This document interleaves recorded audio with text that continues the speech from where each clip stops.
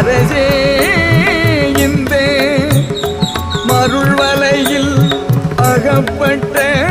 மனத்தால் அந்தோ மதி கலங்கி மெய்நிலை போர் வழி காணாதே இருள் நெறியில் போலிழந்த உருட்டு ஊமன் போகோ எண்ணாதெல்லாம் எண்ணி ஏங்கி ஏங்கி உருள் சகட கால் போலும் சுழலா நின்றே